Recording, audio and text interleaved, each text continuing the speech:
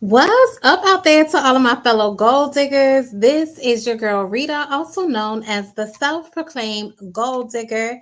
If this is your first time to my channel, welcome. I am so glad to have you.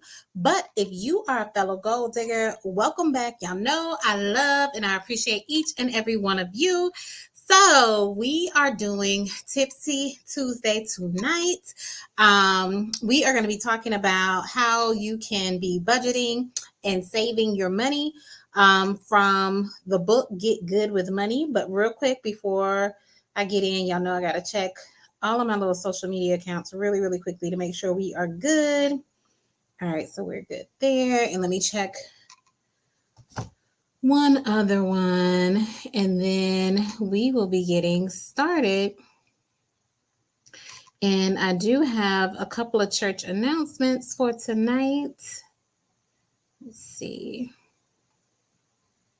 All right, we are good there as well. All right, so welcome. If you're new to Tipsy Tuesday, basically what we do is on Tuesday evenings at 10 p.m., I go live and I share some tips with you. It could be about anything.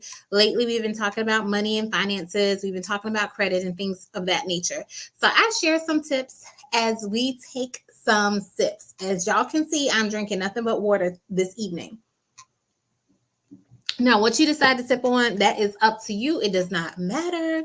It's just a play on words. We take some sips as I share some tips, okay?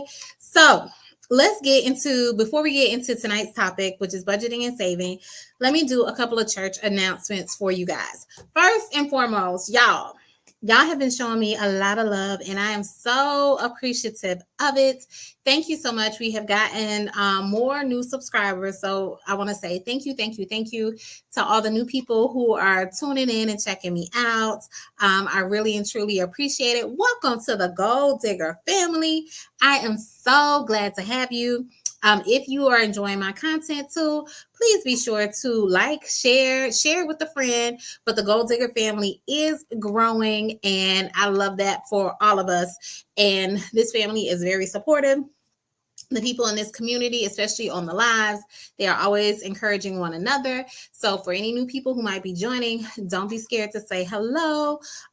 Everyone is usually really helpful with trying to help everyone out. All right, so that was the first church announcement. Second church announcement is, guess what, y'all? I will be doing Side Hustle Saturday. So this Saturday, I'm going to be doing Side Hustle Saturday. I don't know if I'm going to be doing it live or not.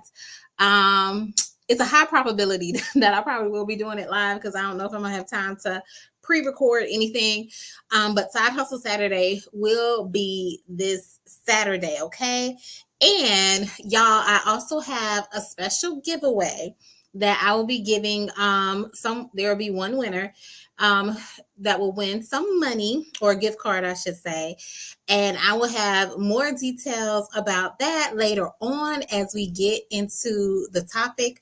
So if you're watching now, watching the replay, make sure you follow through with what you have to do later on so that you can be entered for a chance to win some free money. Since we're talking about money, I want to be able to not only give you some tips and share things with you, but also I'm going to, try and help you out by actually giving you some money and everything. Okay. Now, I haven't been forgetting, but I almost forgot. With Tipsy Tuesday, just like with Side Hustle Saturday, we do have a Tipsy Tuesday song. I'm going to do that song, and that will be your official welcome and introduction into Tipsy Tuesday. All right, here we go. Tip to Tipsy Tuesday. Tip to Tipsy Tuesday. Tip to Tipsy Tuesday. Get your tips and pass the dues. Say tip to Tipsy Tuesday. All right, that is our Tipsy Tuesday song. All right, so guys, on last week, we were talking about ways that you can save money, how you can, we were talking about, do you have a good money relationship? Do you have a healthy relationship with money or a toxic relationship with money? And I shared with you on last Tuesday that I was going to reread the book Get Good with Money, which is by Tiffany also known as Tiffany the Budgetnista. So I originally read this book when it first came out. I think it came out a couple of years ago, maybe a little bit longer. I don't know. But at least 2 years ago, the book came out.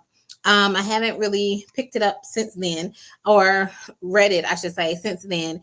So, because I usually do my books on Audible. So I said I was going to reread it because I do get a lot of people. Y'all will send me messages, or even some of the people I'm coaching, they will send me messages. Usually it's about finances, money, trying to make more money, that kind of thing, or manage the money that you have already. So I get a lot of questions, and I work with a lot of people, or work with several people regarding that. So I figured these are timely topics, the money topics and everything. I know money can be a very sensitive subject.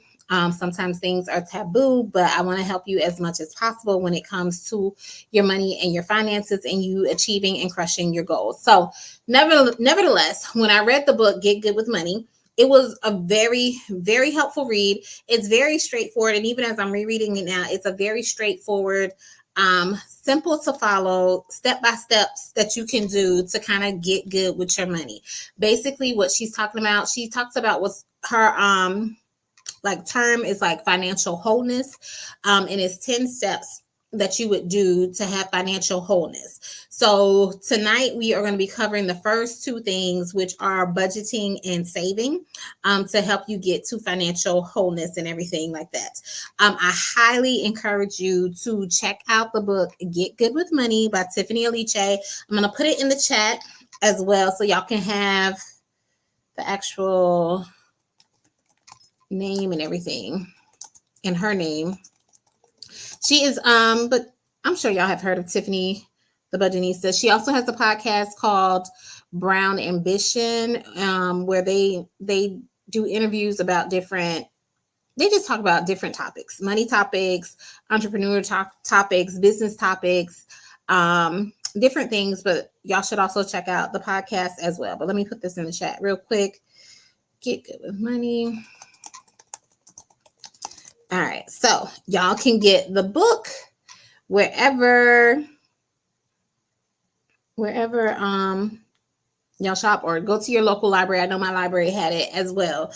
Actually, I think I had actually requested it because she was, when it first came out and everything, I was really excited about her, but I ended up getting it on my Audible. But I also had requested it from my library, and a couple of months later, it took them a little while, I saw it at the library and everything. All right, so let's get into it today. So I would like to know, since like I said, I get a lot of people, or I get people who reach out to me with money issues. What are some of your money struggles? Like, have you been struggling with budgeting, saving, that kind of thing? Let me know, because I know for myself, I've shared with y'all that I've been struggling probably, I don't know, at least the past 6 months or so. Well, it's probably been longer than that, y'all, if I'm being honest, because I had gotten off track with my budget, especially ever since I paid off my my private student loan. So that's probably been, I think I did that like last summer or so. So it's probably been about a year, if not more.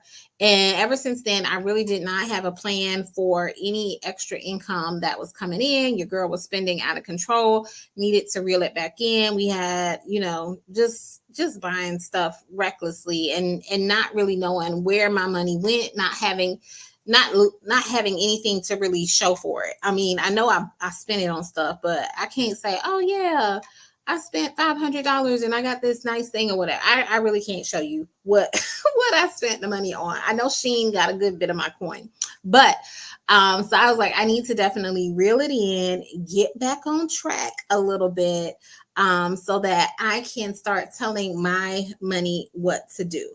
So y'all have to let me know if y'all are in the same boat as me and been having some issues with money, with saving. Let me know. Or am I all alone? Y'all can let me know in the chat. Let me see. Anybody brave enough to put anything in the chat? What's up, Still Rocks? Good to see you. Have you been having any struggles with money or saving, budgeting and saving? Pretty much that's what we're going to be focusing on today. Y'all let me know. But as I have shared with y'all before too, when it comes to you trying to get good with your money, or trying to get better with your finances, a lot of it has to do with your mindset. And even in the book, before she even gets into the 10 steps that you need to take, she talks about having the right mindset. So it goes without saying, you have to have a good mindset when it comes to money. You have to make sure that you are surrounding yourself with positive people and not people who have like a broke mindset or a broke mentality. So you can see yourself achieving more, doing more, making more, that kind of thing. So it seems like, I know people are like, well, I don't want to focus on mindset, or yeah, that sounds all nice and good, but give me the steps I need to take. But in my experience, we can give you the steps that you need to take, but if you don't have the right mindset, you will set yourself up for failure every time. So you just have to make sure your head is in the right place, so that you can manage your finances and take control of the things that you need to take control of. And if your head is not in the right place, you need to, do the necessary steps, do whatever you need to do to kind of get yourself on track so that it can help you out when it comes to your finances and everything. So let's see. And actually, we're going to talk about some money affirmations, and that is going to tie into the giveaway that I have. Still Rock says, so you don't have any problems, Still Rocks, is what you're saying. You say you just have issues keeping your wife from getting on Amazon. That Amazon, they be targeting us, okay? First and foremost, it is not our fault, all right? They know our spending habits. They be suggesting stuff to us. Like, you bought something similar, and they put a picture up and everything. So they make it very tempting. I mean, even on, like, I had to stop getting stuff, clicking on them little links on like Facebook and Instagram and stuff like that, because next thing I know, I am buying stuff. So I said this a while ago. When it comes to the people who are marketing to us, the businesses, the people who are trying to sell you stuff, they are very savvy and sophisticated when it comes to getting you to buy what they want you to buy. And they put thousands, millions of dollars into marketing to you on an everyday basis. So if they have a certain ad budget or a marketing budget that they use to make sure, because they know if they spend this money, they're going to get, double their money, triple their money back. If they are that savvy and sophisticated when it comes to them getting their coin, you got to be even more sophisticated than them when it comes to keeping your coin, okay? Because the system is set up where they are trying to get you to spend your money, and they are very, very, very persuasive. And if you don't have a game plan in place, you're going to fall victim to their plan every time, especially if you have the money to spend. Now, if you don't have the money to spend, you're gonna go, you can't do a whole lot, or you might get yourself in debt by using, credit cards and stuff like that. But they are very savvy and sophisticated. They have invested a lot of research into how to market to us. There was a book that I read. It was about marketing, because since I have a business, y'all, I gotta get some of these skills as well. But they know what kind of music to play, what kind of sense to have in the building, the type of lettering, the coloring, all kinds of stuff, the certain wording, all of that. They know what influences you and gets you to buy. Why do you think Christmas is such a commercial holiday? Now, I will say this, Christmas is my favorite holiday, and it's probably because of all the marketing and all the fanfare that goes along with it. But it is very strategic in how they did that. All the different Christmas specials, all that kind of stuff that happens around Christmas time.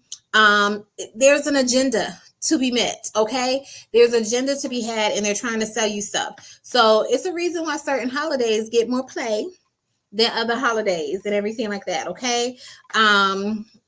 They are appealing to our heartstrings, and they know how to get us to spend money. Same thing, y'all. I'm gonna put this out there, and then we're gonna get into these topics. And then I see we have some comments, so I'm gonna look at those. Same thing when it comes to, and I say this because I'm speaking from experience recently. When I was growing up, we just had, when you were a junior or senior, you went to prom. Now they got middle school proms. They got all these different proms. It's a marketing ploy. Yes, I mean, well, I'm not saying the schools are marketing, but they are. It's like a fundraiser. You know, you're buying the tickets and stuff like that. And people are having these like elaborate baby showers, weddings, all that kind of stuff. It's like marketing. It's just marketing to you. And they're playing on your heartstrings. They know, oh, you're having an 8th grade prom because your child is going from middle school to high school. It's a sentimental year. Oh, you got to make sure that they go to the prom, all this kind of stuff. They play on our emotions to get us to do certain things. And you don't want your kid to feel left out. You don't want your baby not to have stuff. So then you go along and you fall into the little trap or whatever. So just like I said, just be mindful of your money. There is someone every day who is trying to take your money from you. So you got to make sure you're playing defense when it comes to your money so that you can keep as much of your money as possible. All right, let me get into these comments really quickly. And then we are going to talk about the things you need to do when it comes to budgeting and saving. Queen T, what's up? Good to see you. She says, hey, Rita, hope you've been doing well. I have. She says, Amazon is my best friend and my worst enemy. I feel you, girl. I just had to pay my Amazon credit card, and I said I am not charging anything else on this doggone credit card. And I just got something off of Amazon, but it was a book. Side note, Get Good with Money is the book, but she just came out with a workbook, I want to say earlier this year. So I went on Amazon to get the workbook and another book that I wanted for my son. So I just purchased a book like maybe an hour ago, but they were trying to get me to use that Amazon credit card. I said, I don't want to use that payment method. Let me go directly. Let me have it directly from my bank account or whatever. I didn't even use my debit card. I said, nope, you're going to do this like a check or whatever. You got to pull it directly from my bank account.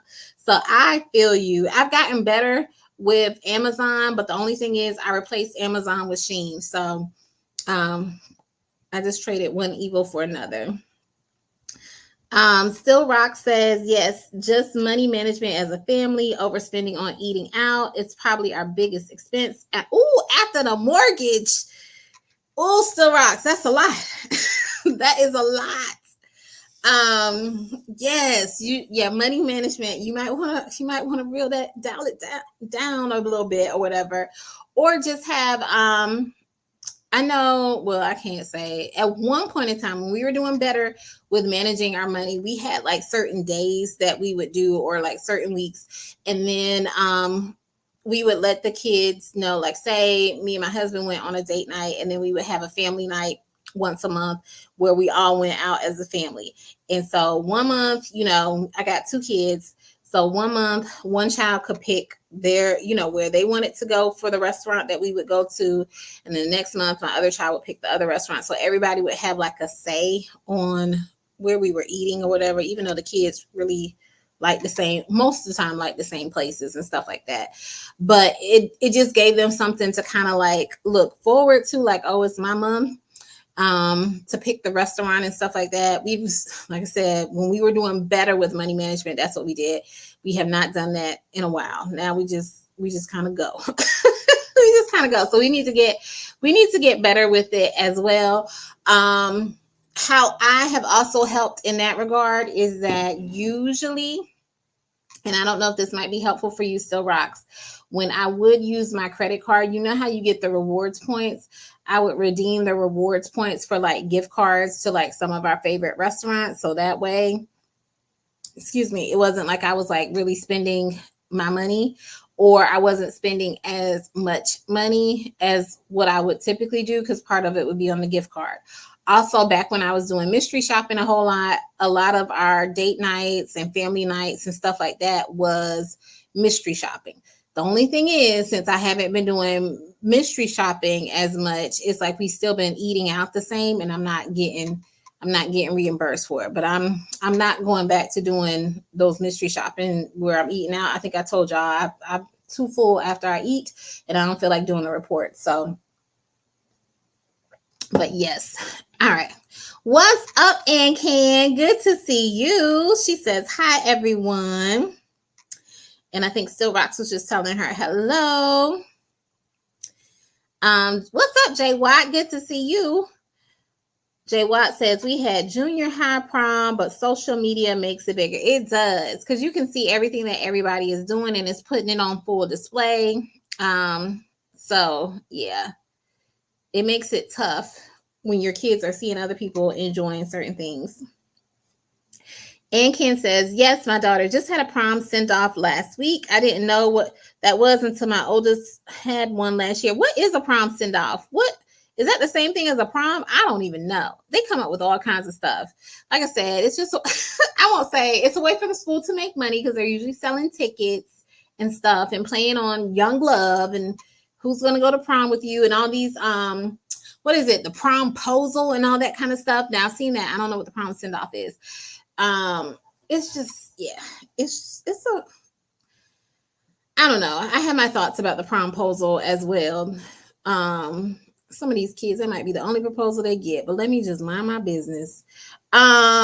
Still Rock says, my 5th grader had a sneaker ball. Yes. Okay. 5th grade sneaker ball. I get it. I know we as adults are having more sneaker balls and stuff like that. And I guess it's trendy for the kids and everything, but yeah, it's just causing us to spend money. And then Ken said, okay, a sneaker ball is too cute. I think it's cute. I just don't want the kids that can't afford to get like cute sneakers. I don't want them to feel some kind of way and then they feel left out and stuff because their parents can't afford. You already got to buy tickets to the sneaker ball. Then you got to get some fly sneakers and everything. So I don't know. That's just my thoughts or whatever. But hopefully they had a good time and everything. All right. So let's get into it. So we talked about money mindset, having the right mindset, making sure you are on defense when it comes to your money, because so many people are on offense and trying to take your money. So what are some of your money affirmations? What are some things that you say to yourself on a daily basis when it comes to your money? And if you don't have any money affirmations, I'm about to share some of the ones that I say to myself with you, and this will be a way for you to get into a giveaway as well that I'm going to share with you too. Let's see. Share with me some of your money affirmations. Let me see. I see a couple of comments, but I think this is from what I was asking. Okay, so Ken says it's a party before the prom. People are renting rooms and red carpets, etc. We just had people stop by the house. Wow. Okay, that can get expensive. I mean, I'm preparing. It's about to be my daughter's school year's almost over for them. They only got like a few more days or whatever. Well, she's pretty much finished. My son still has a few more days. So I'm preparing for her senior year because I know it is going to be a lot. Jay Watt says, I saw a little boy have one promposal to, take several girls to the prom. I don't know who these girls' mama. Who these girls on? I don't know either. I don't know. Like I said, it might be the only proposal some of these people get. Who knows? So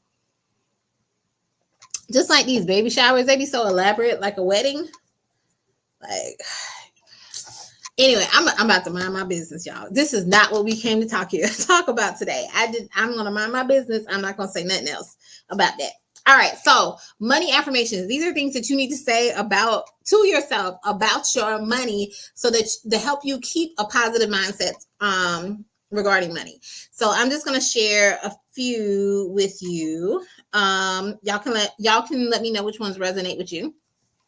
So, and I got to get better about some of my money affirmations, and I actually need to create some new ones as well.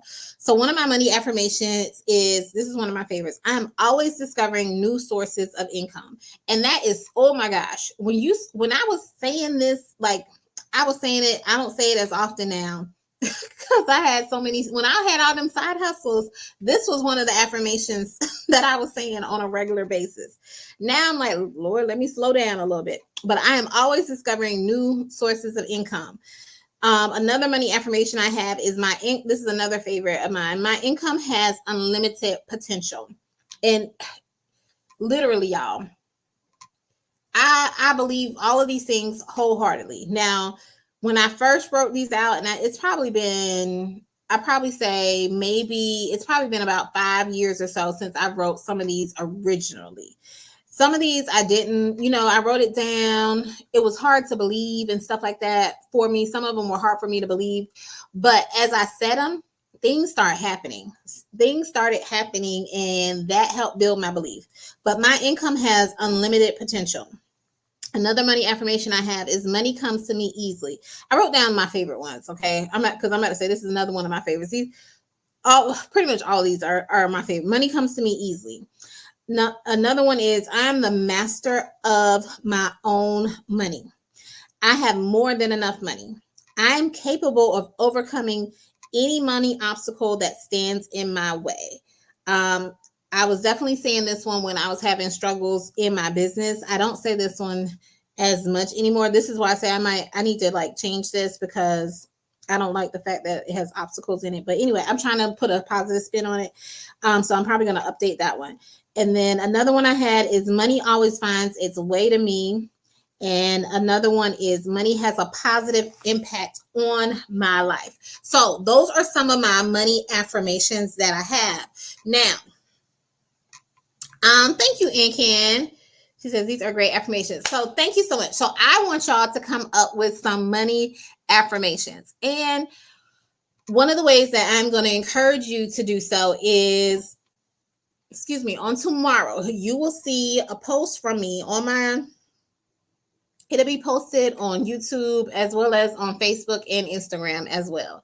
But I'm going to post one of my money affirmations on those social media platforms. What I want you to do is I want you to post your own money affirmation in the comments under my post. If you do so, that will get you entered into a drawing for $100 gift card. Okay. The winner will be announced the next Tuesday. Yeah, Tipsy Tuesday. Okay. So what you want to do, and if you post on, depending on how many networks you're connected with me. So if you have I will say you'll have up to 3 entries, just because I'm on YouTube, I'm on Facebook, and I'm on Instagram, and I'm also on TikTok, but I don't know if I'm going to put it on TikTok, but, Instagram, YouTube, and Facebook. So if you decide to post on all 3 of those platforms, you will get 3 entries into the drawing for the $100 gift card. Okay. If you just post on one, you're going to get 1 entry into the drawing. So that will be posted on tomorrow. So be on the lookout for that. And I can't wait to award someone a $100 gift card to help in your saving journey, budgeting journey, whatever it may be. Okay. So be on the lookout for that. And I want y'all to, and don't just post your money affirmation. I want you to say your money affirmation on a daily and regular basis. Okay. Because I'm telling you, your brain keeps hearing that stuff. Like, there's power in your words. So what you say to yourself, over yourself, it has power. And you hearing those things over and over, it definitely helps create a different atmosphere for you to be able to attract, generate, and have better control over your income and your finances. So don't just post to get entered into the drawing, but post so that you can make some changes in your life and with your money. All right. So that was my giveaway, and I'll try to remember to say it again at the end as well, so other people will know. And if you're watching the replay as well, you still have a chance to win, because you'll have until, as long as I'll accept entries probably until Monday, that following Monday, so that way I can peruse everything and make sure I get everybody's name entered into the drawing. Okay. If you have a crazy name on YouTube, Facebook, or whatever, you better let me know so that I can make sure I'm putting in the right name and everything too. All right, let's talk about it. So in the book, there was a quote, and I'm going to read it, that I really, really liked. It said, "You don't necessarily have to work hard for your money, but your money should work hard for you." And I really, really like that. And it's something that I forget. It's like we are working so hard to try and generate money, but the end goal is our money should be working hard for us. And that comes from savings, more so investing our money so that every dollar that we invest, it actually generates more little dollars and everything like that. But when it comes to creating a budget, y'all, I know a lot of this is obvious. One, when if you're trying to keep more money, we talked about this before, you have to find a way to cut your expenses as well as increase your income. So the only way you're going to have more money is either if you spend less or you make more. Those are the only ways that you can have more money, okay?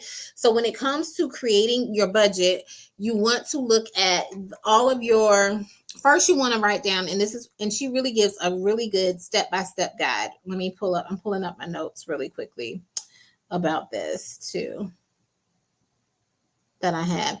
But she really creates a step-by-step guide. When it comes to creating the budget, she said it should be something that is written down and list all the ways that you are going to manage your money and save your money as well. So firstly, you want to make sure you write down all your sources of income. So if you have multiple jobs, side hustles, that kind of thing, or if you're getting money on a regular basis, she used like child support as an example, that kind of thing. However, you're getting money on a regular basis or some kind of routine schedule, you want to first put down all the money that you have coming in. That is usually the easy part. A lot of us know, what we are bringing in, how much money we're making from month to month, that kind of thing. If your pay fluctuates, like say if you might work, I don't know, if you're working part-time and 1 week you might work 20 hours and another week you might work 25 hours or something like that. So if your pay fluctuates, I would highly suggest that you go off the lowest amount that you've ever made. And I would probably say look back at least for the past 6 months, maybe even more, maybe even the past year, and see what was the lowest amount of income that you generated and base your budget off of that.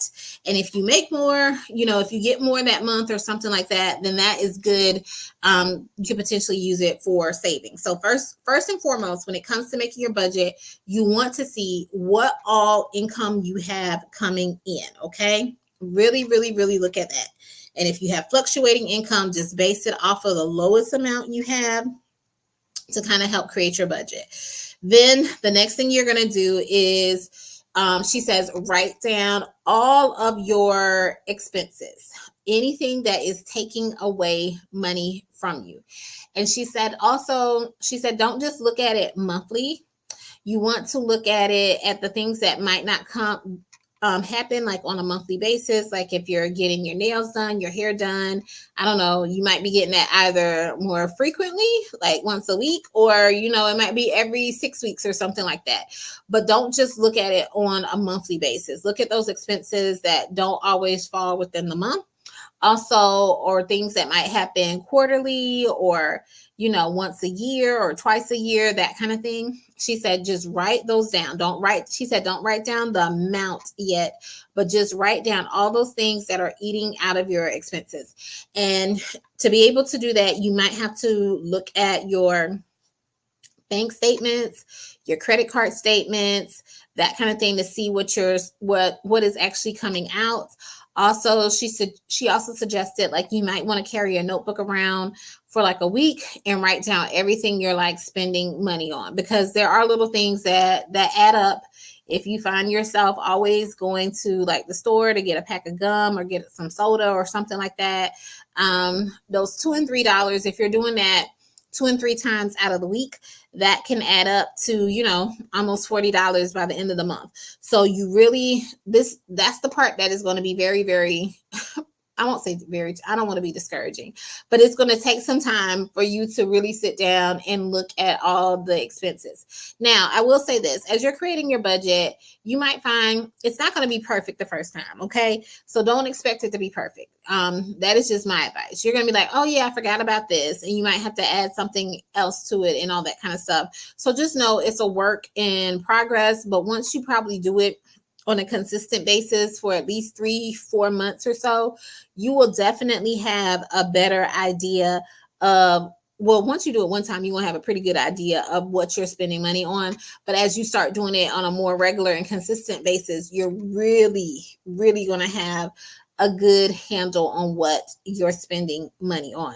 So don't get discouraged. And that's why she says, don't write down like the actual amount that is coming out at first. Just write down all the little things that you are spending money on. And it could be, it's so many random things, and it's things that you might want to think about, like field trips for your kids, or pictures, end of the year pictures. Like I said, it's end of the year yearbook stuff. All kinds of stuff is coming up. So you might really, you don't really think about that kind of stuff. But those are little expenses that you want to factor in from time to time. Once you have an idea of what your different expenses on, like I know, here's the thing, y'all. And this is why she said you really want to think about stuff that you're not spending on a monthly basis, because this is how we usually create a budget. Or I will say, back in the day when I was when I was still in like optometry school and stuff like that, and soon after, I was just looking at my big expenses like rent, the utilities, electric, I don't even think I was really factoring in like gas and groceries and that kind of stuff. Like I was really looking at the bills where somebody would send me a statement and say, hey, you need to pay this. And I was looking at that as my expenses that I had to pay per month. But it's so many other little expenses that are coming out every month, every couple of weeks or something like that we don't think about. So really, really, really take time to list out those expenses. And that's why I say it's going to take some time, but really, really make sure you're trying to get an accurate snapshot of it and everything. Hold on. I'm sorry. I see the comments. It's okay, Aunt Ken. The book I'm referring to is called Get Good with Money by Tiffany Aliche. Let me, I put it in the comments. Let me see if I can find it really quick. I'm going to see if I can. Shoot. All right. I starred the comment. I don't know if it puts it at the top or not. I think it does. I don't know. Y'all have to let me know. But I starred the comment so that you could easily find it. But it's Get Good with Money by Tiffany Aliche. And let's see. Oh, okay. I'm just now seeing your other comment. All right. What's up, Cynthia? Good to see you. She says hi to me and the Gold Digger family. Thank you, Cynthia, too, for liking and sharing. And then Cynthia also says, yeah, I like the Budgetnista. I follow her too. Yes, and Ann Can, she does have, she's on Instagram, that kind of thing, Facebook, but they also have her and another young lady named Mandy. They have a podcast called Brown Ambition, where they talk about all different types of topics on that one. It's more money, business, career, that kind of thing, but it is, I enjoy it and everything too. So check that out. All right. So back to creating your budget and everything. So we've listed out what our income is, what we're making each month or whatever, or what we're bringing in on a regular basis. Then we're also listing everything that we're spending money on a regular basis. Now, once you have these things listed, like rent, mortgage, water, all that kind of stuff, hair, nails, food, eating out, entertainment, because like I said, think about all that stuff, going to the movies, your gas, that kind of stuff, gifts. It's like graduation season. It's like some weddings and baby showers and all kinds of stuff coming up. So think about, like that's what I said, that listing all the expenses, that part is going to take, it's going to take a little minute. And that's what I say, it's so many things that are that are taking your money from you, that you have to play defense when it comes to trying to keep your money and having a plan and everything. So she said, once you have all of those things listed, then you want to see what you are actually spending money on. That's when you look and say, okay, not guessing, like, okay, I have this eating out category. Let me see how much I actually spent on eating out this particular month. And you want to put a number beside it. Or I went to the movies or entertainment, or I went bowling or skating or whatever. You might have said, oh, I only spent $50. You want to go and calculate how much did you actually spend. You thought you spent $50, but in all actuality, you actually spent $150. Okay. So that is when you assign the numbers to it. And that's where your credit card statements, bank statements, and that kind of thing will definitely come in handy as well. So you can see what you are actually spending money on. Now, one thing that she had mentioned that I don't even remember when I first read the book or whatever, but I thought this was really, really helpful. And I got to refer to my notes to make sure. See, y'all be having me doing homework for these lives now. All right. So she said, then once you have everything listed out, she said you want to label these expenses. So there are 3 labels that she assigns to the expenses. One, she says the first label is labeling it as a B, which is a bill. So you want to label all the things that are bills.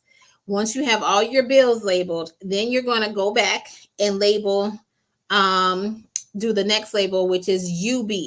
What is, and that stands for utility bill. So which ones out of the bills are an actual utility bill?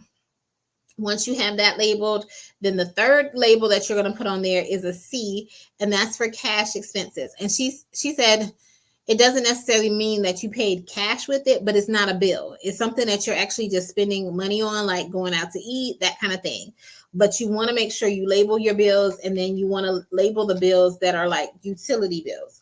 The reason why she said you want to distinguish between the utility bills versus like the other bills is because like the regular bills are probably like your rent or your mortgage. What's another one?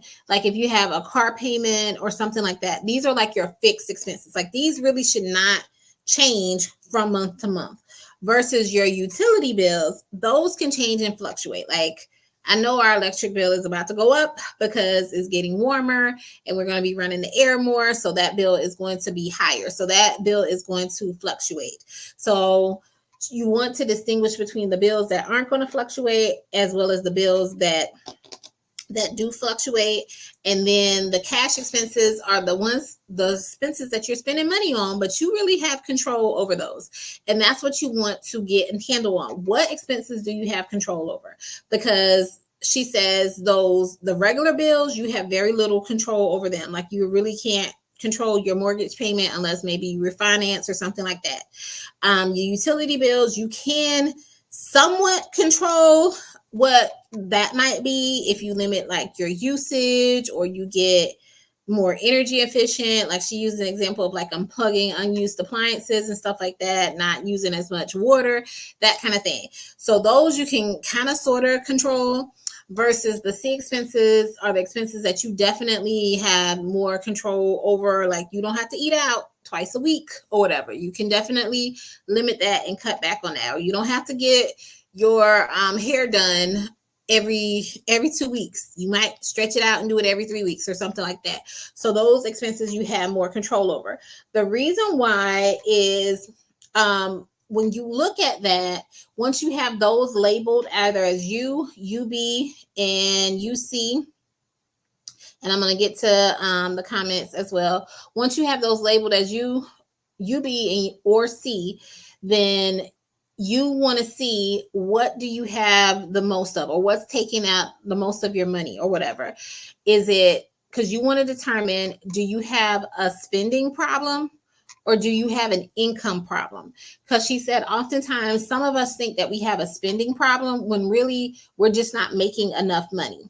So if you find that most of your categories are labeled as just B and you don't have that many C categories, you might not be making enough money, and you're thinking, oh, I'm spending recklessly, or I'm spending way too much. But really, you really need to generate more, because the ones that you have labeled as B, you can't really change those, or whatever. But if you find that you have a lot of things labeled as C, you probably have a spending problem. It's not that you don't make enough, but you're just spending too much of what you make. So I thought that was really, really, really important. So you can identify where you fall in and try and make the necessary adjustments. Because if you're finding that, hey, I have a spending problem, you just need to cut back on your spending. Now, if you find out, hey, I'm not making enough, then that's a little bit different. And there, she goes into things that you can do as well to try and increase your income when it comes to that. All right, really quickly, let me look at the comments and everything. But I want to say that is pretty much, now she goes into other steps. I'm not going to go into everything. That's why I say get the book or whatever. But that is just the gist of you creating that budget and everything. So let me see. And Jay Watt was just telling Cynthia hi. And Ken says, I feel like I spend most of my check on groceries. I'll have to investigate. Yes. So, and I think that's where those labels really, really can come in handy. And Ken, I don't know if you started mystery shopping. I know you had talked about it a while. I don't know if you actually did, but there are some shops where you can do grocery shops and mystery shop as well. Those used to be the ones. I haven't done one of those in a few months, but when I said that I had slowed down and stopped doing mystery shopping, I was still pretty much doing the grocery shops, but now I haven't really done anything. And then Ken says, my husband's check is spent on the bigger bills. And Ken, also too, I will say this. If you find that you are spending more money on groceries, I would label the groceries, like groceries would be labeled as a C for me. Because that's something you can, you can definitely control how much groceries you buy, making sure you get stuff on sale, or buying stuff in bulk, or trying to use stuff that's already in your pantry and creating meals around the stuff that's already in there, making sure y'all not wasting stuff. I mean, I know my husband was fussing at me because I had bought some stuff and it's about to go bad and we're going to have to throw it out and that kind of stuff. But making sure you're not wasting your grocery, the money that you spent on groceries, on food that you're not eating because you went out to eat. Like today, I was very tempted to go out to eat. And then I remembered that I had brought some stuff from the grocery store, which they're like quick. I won't say quick. They are pretty much quick meals. I just have to throw them in the oven and make or whatever. And they were about to go bad. And it's like, yeah, I got these quick meals at home that I need to cook instead of going to a fast food place and getting something to eat. I already have food at home. And then Ken says, I've taken a really big pay cut over the last 2 years. Yes. And she talked about ways to increase your income. So she talked about, asking for a raise as well in the book. She also mentioned about getting a side hustle too. And she said that, if you get a side hustle, you want to try and play to your strengths. Like, so you're not trying to learn a new skill or something like that. So see if you can get something in the same vein of what you've already been doing. But, and she even talks about ways you can approach your boss to ask for a raise when it comes to that as well. Or even she said, ask for a raise. I don't know if she mentioned this, but also you can, look for another job or see if you can get a higher salary at a different company as well. Cynthia says, this is great information because my budget is not budgeting. It's okay, Cynthia. My budget is not budgeting either. I have just I have just gotten back on track. I've been telling y'all, like, I got to do better with my spending. This week I have done better. I've only been spending cash on stuff. I will say that. So I've gotten back I have started back with my cash envelopes. I have my cash envelopes, and I've only spent cash, except for, like I said, I bought that Amazon purchase tonight, and that's why I made sure it came directly out of like my checking account and stuff like that. So I'm gonna have to calculate that later. But yeah, anything I'm buying, I'm only spending cash. I have my allowance. I'm gonna call it that. I have my allowance for these next 2 weeks and everything, and it should be sufficient. And I'm really looking into I'm planning on sticking with this cash envelope. And whatever money I have left over at the end of the month, I'm putting that into savings. So I'm taking it out, and I'll start fresh. But when I get paid every 2 weeks or whatever. So I'm gonna see how I do, the first set of 2 weeks, and then I'll re-up the second, when I get the second paycheck or whatever, use that, spend it to the end of the month. Whatever I have left over goes into savings, and then we just start brand new. So I had a little cushion because I still had money in my I call it my wham money, my walking around money, envelopes and stuff like that. So I still had money in those envelopes that I hadn't used from last time. And so I had a pretty good cushion when I allocated it this time for this week or whatever. So that's why I've been doing pretty good, because I started off with a little cushion, but I know I'm not always going to have that. And I need to, instead of just, once again, that'll cause me to spend recklessly. So instead of doing that, I'm like, okay, at the end of the month, whatever extra, let's just allocate that to savings. All right, Ann. Thank you, Ann. She says really great information. Cynthia said, I love those grocery mystery shops. They have dried up in my area. I haven't, you know what? So there are two different kinds. I didn't do the ones where I think they paid you like $10, but you only had to spend like a couple of dollars. I never did those. I did the ones where you get reimbursed like $25 or so. I did those. I haven't really seen those I don't know. I thought that maybe it's just me. I thought I was just getting to them late because I'm not checking my emails and stuff like that. But maybe you're onto something, Cynthia. Maybe they have dried up, and that's why I'm not seeing as much anymore. I was like, oh, I must have been late, because I will say they did get snatched up quick. So I thought I was just missing them. And I was like, I wasn't fast enough to get them, but I did love those because it definitely saved me some money on some groceries. Ann says, no, I haven't started mystery shopping. Ann, please forgive me. It just hit me. I got to still send you that stuff. All right, she says, I haven't been writing either. So busy with my daughter's senior year. I'm going to be on it, though, because I have 2 in college. Oh, in the fall. Yes, help. Yes, I feel you, because like I said, I'm trying to prepare this year because I know my daughter will be a senior next year and everything. So I feel you. All right. And I'm going to try and remember to send you that thing too. All right. Now, that's what it is when it comes to the budget. Now, when it came to the savings, a lot of that, she did talk about it, and she does give you a step-by-step way of saving and everything. Read the book. Pretty much same thing. You have to find, it's like you got to find ways to either increase your income or cut your expenses when it comes to savings. And Tiffany, the Budgetnista, she is known for a term called the noodle budget. And that's like your bare bones budget. Like what, if you were like a college student, all you could eat was ramen noodle, what does that budget look like? And that's what you might have to do and live off of in order to kind of increase your savings. Now, she does also talk about automating your savings. You want to make sure that it's automatic and everything. And then when it came to creating the budget, the reason why she talks about doing the budget first is because ultimately what you want to do, once you have your list of the income that's coming in and the expenses that are going out, you are going to subtract your expenses from your income and see what you have left. And it might be a negative number. If it's a positive number, good. You want to see how you could possibly increase it.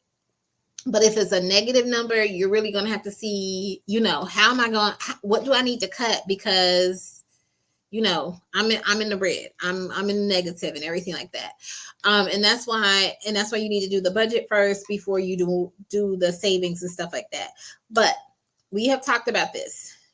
To get more money, you're either going to have to make more or spend less. And once you have a little cushion, I will say this. One of the key things she mentioned is you do want to have, and she talked about different bank accounts, and I'm not going to go into that, but she said you need to at least have an emergency fund. And then you also, and that's your savings. You want to have a savings account for an emergency fund. So if you got hit with any expenses, can y'all believe I just heard this? And I don't know where I heard it from. Y'all, I have been listening to so many things. I'm in the process of reading like 3 books right now. So I can't remember if it was in her book, if I heard it on a podcast or what. But I recently just heard that most Americans are not equipped to handle a $400 emergency if something was to happen right now. So you want to get your emergency fund in place. And then she said also, now that is first and foremost. And then she's also said you want to have a savings account, or you want to save money for like your long-term goals. And that could be like if you wanted to take a vacation, if you wanted to take a trip or something, some kind of long-term goal that you have for yourself, you want to create a savings account for those kinds of things. And then there was something she said, I'm trying to see where it was regarding savings. Let me pull up my notes that I had on my phone. She said, eventually you want to move from saving to spend money to saving to make money. So right now, we're saving in order to spend the money. Like you're saving for a big trip, or you're saving for like a home renovation, or you're saving for a new car, or you're saving like Ann Kim mentioned, her daughters are going to be in college. So you might be saving up money for that. So right now we have to move away from saving to spend money to saving to make money. So having our money make money for us and everything like that. And I'm sure she's going to get into that once she talks about it in like the investment chapter. So I thought that was key, and it really did hit me like, hey, I am just really saving. I'm saving up to spend money, but eventually I need that money to make money for me, and not just finding a way to blow it or spend it or anything like that. Let me look at these last few comments, and then I'm going to mention about the giveaway again. And Still Rock says, I'm going to try a merchandiser this weekend. I see a lot of restocking for an energy drink in the Tri-County area. Awesome. Let us know how it goes and if it's easy. Oh, thank you, Ann Ken. She said, no worries. I took great notes. I'm still going to get it to you, though. I'm so sorry. And Still Rock says, the Budgetnista and Mandy, her podcast partner, are awesome. Yes. So y'all check out their podcast, Brown Ambition, wherever y'all watch podcasts. Y'all should be able to pull it up. A new episode actually drops on Wednesday. So yeah, definitely be sure to check it out. So they should have a new episode out tomorrow. Oh, Cynthia's so sweet. She says, bless your heart, Ann Ken. I remember when I had 2 children in college at the same time. They are 11 months apart in age, so their stuff was back to back. Yes, we get hit with all this stuff right now. And then Cynthia also says, be encouraged, because with prayers, you will get them both through college. Yes, Ann Ken, you might need to make that as a money affirmation regarding your daughters in college. You might want to make a money affirmation about them regarding college. I have more than enough money to get to pay for my daughter's tuition or something like that. And then Ann Kim was asking Still Rocks, is that pay okay? I had an interview with a company, and the person discouraged me from working for them because of the low pay. Maybe, I don't know what they got paid for with the. I do have that app. I want to say I have the app on my phone, but I haven't looked at the jobs. And Ken said, thank you. Still Rock says, I would love to hear y'all's thoughts on public and private school. My wife is adamant about our upcoming sixth grader, going private, but I don't see the big deal. I guess it depends on what's in your area. So with y'all, okay. I'm going to say this. I'm going to say what it's supposed to be. And maybe that's what it is in your area. I will say it, and I'll tell you what I've experienced. So the private schools, they are supposed to be, they have a smaller classroom setting. So your child might get more one-on-one attention in that regard. If it's a Christian school, you're getting that Christian basis associated with it that you're not going to get in public school. So, you'll have those kinds of principles and stuff like that. If it's a good school, it's a decent school, and they have decent teachers and educators that are going to, help foster the kids' growth, education. Sometimes they have more advanced classes or, more niche classes that you might not see in the private schools or whatever, because it's so more, mainstream and stuff like that. So you might find more niche stuff. However, I will say this, since I do, like in my office, I work with a lot of kids, and I've shared with y'all, I also do vision therapy, and these are the kids that I'm working with who have learning and reading issues that due to visual issues that are not fixed by glasses. So I work with them. And I will say that I'm not even going to say some of the kids that I work with, but some of the kids that are at private schools, their parents have put them in that private school because they don't want them to be labeled in the public school. So like in the public school, you'll be labeled as like special ed and that kind of thing, or you might have an IEP or a 504 plan, that kind of, so they don't want those labels. So then they try and put their child in a private school because it's a smaller setting and that kind of stuff. And the child doesn't always learn. The child does not always learn because they do have some special needs or whatever. Not that there's anything bad, but I think some of the parents are in denial. So some of those private schools in my area that these parents are putting their child in, they don't have the resources to adequately help their child that they would normally have in the private school. In the public school. But in the public school, they're going to be, they're going to have that special ed or special needs label and stuff like that. And the parents don't want that. So I won't say it's a vanity thing or whatever, or a pride thing. I don't know what it is or whatever. So now keep in mind, I'm seeing children who have learning issues already. So some of them are not getting the help that they need because the school is just not equipped to handle or make those kinds of accommodations, whereas the public school can make those necessary accommodations just because they have more resources, more funds, that kind of thing.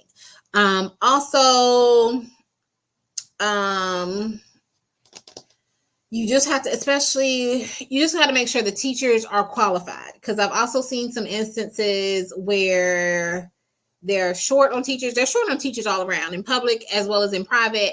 And now they got this teacher teaching some class and they don't know anything really about it, or they're not as knowledgeable as someone else might be about it. So just be careful when it comes to public and private schools. Do your research, do your homework. I think for a child who does not have any learning problems or anything like that, I don't know why. If your wife is considering it for and some of them will put it in there because they know their child is like special needs and stuff like that, and they don't want them to be bullied and that kind of thing. But if your child doesn't have a learning issue or anything like that, I think they'll probably do fine. But just know you want to make sure that the teachers are vetted and they are accredited and qualified, because they don't have to always follow the same standards when it comes to the teachers criteria as the public schools and everything. I hope that answers your question and hopefully didn't cause more questions than answers. Still rocks. Cynthia says she was talking to Still Rocks. I have 6 children. They have gone to public school, Christian, private school, and public school. Do your research first. We had good experience with them all. All right. So Cynthia has had a good experience with all of them. So hopefully that is helpful. Still Rock says, I'm going to do the restocking through the merchandiser app. It's like, 17. I thought you said 17 and a half hours, but that's $17 an hour. I wake up early on Saturday, so I'm going to run it and try it this weekend. Yes, let us know. And let me see. Cynthia says, I stayed in communication with my children's school and teachers. I was their advocate and made sure that they got what they were supposed to get. Yes, that is the key thing. Just being your child's advocate as much as possible. Right now, my kids are teenagers. I'm trying to have them take a little bit more responsibility. Like, mama is not going to be calling down to the school just because you didn't turn your assignment in. Like, you're going to have to take some responsibility and stuff like that. But still staying on top of stuff and making sure things get done. And then Ancan was talking to Still Rocks and was telling him that sounds great. Ancan says, I did private, homeschool, and public with my children. All of them had pros and cons. We did mostly public, though, and it was okay. Yeah, I guess it also depends on what goals you are wanting for your child as well, or what you're trying to make sure that they avoid or not get involved in and stuff like that. Like, I know some people will put their child in private school because they do want a private Christian school because they want them to have that Christian component. So that's why I say it just depends on what your goals are for your child to kind of make the right decision. Cynthia says, I also taught the private Christian school my children attended. Some of the parents did try to bypass the labeling. Yeah, I'm like, I don't know. I don't want to say too much. I know they feel like putting them in a smaller classroom compared to the public school, that they're going to get more one-on-one attention and stuff like that. But like I said, I work with kids who have issues. So it's like they're still going to have those issues until we get that issue resolved, no matter how small the class is, no matter if it's one-on-one or whatever, because it's not a learning issue. It's a vision issue. Still says, I appreciate y'all so much. Yeah, I hope that was helpful. And then Cynthia says, my biggest tip would be to research the schools, be involved with the schools, and know what's going on. Yes, that is very good advice, Cynthia. Research the teachers and look at their teaching track record and listen to your children. Yes, that is very, very helpful. So you'll have to let us know how things are going. All right, y'all. We are past the hour mark. I was not trying to keep you here that long. I never am. Really quickly, if you weren't on in the beginning, I did have a couple of church announcements. I will be doing Side Hustle Saturday on this coming Saturday. And also, I am doing a $100 giveaway. So tomorrow, I will post one of my money affirmations on my YouTube channel, Facebook, and Instagram. If you comment in the comment section with your money affirmation, that will enter you into the drawing.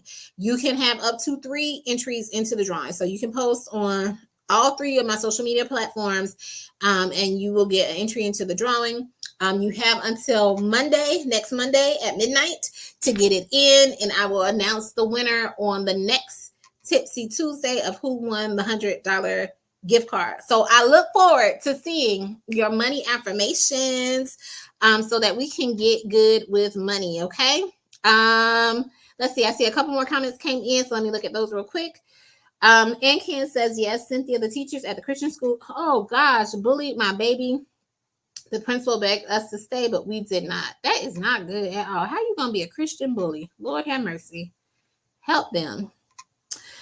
Cynthia also says the best choice we made was with our baby boy. Went to an early college prep school. He had high school classes and college classes at the same time. That's awesome. That's really, really good. And then Ancan says, oh, that is so sad for your family to have had that experience at a Christian school. Yeah, that's absolutely ridiculous. Absolutely ridiculous. And then lastly, thank you, Ancan. She says, this was another great live. I appreciate all of your advice. You are welcome. Y'all, let's get good with money. So next week, if you wanted to follow along, hold on real quick. Sorry, y'all. Let me pull it up. Let me find my book. The next chapters is we're going to be talking about getting out of debt, and it says score high with the credit. We already kind of covered the credit thing. So I'm going to be reading chapters 4 and 5 and covering those on next Tuesday. All right. I hope y'all enjoy the rest of your week and take care, guys. Thanks for joining.